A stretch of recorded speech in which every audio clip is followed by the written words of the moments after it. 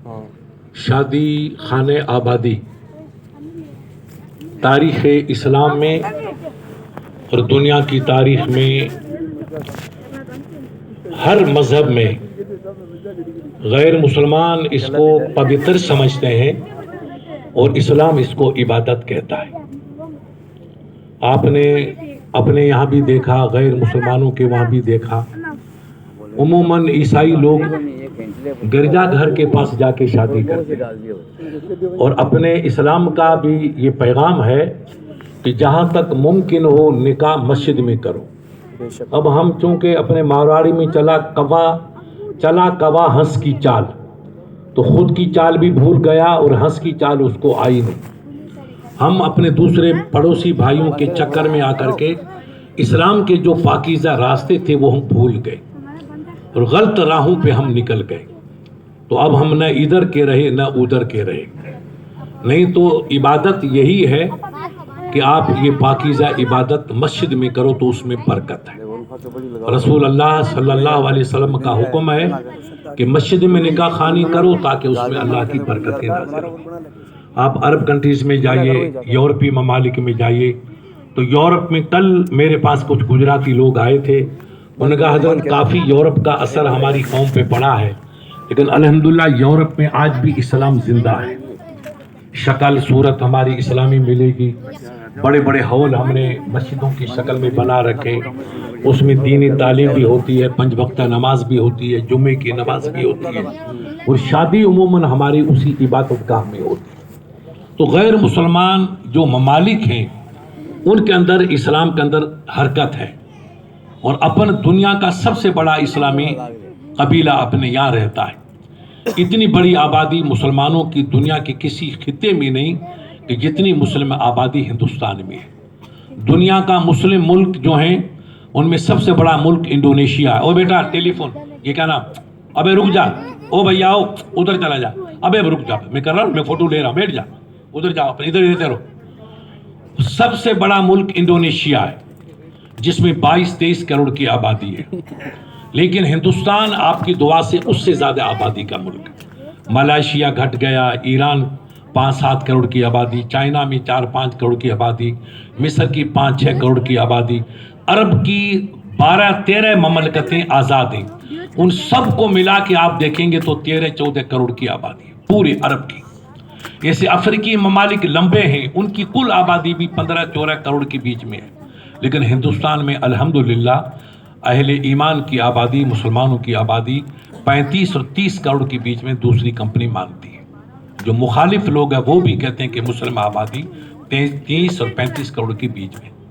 اتنی بڑی آبادی کے باوجود ہمارا حال بہت نازک ہے۔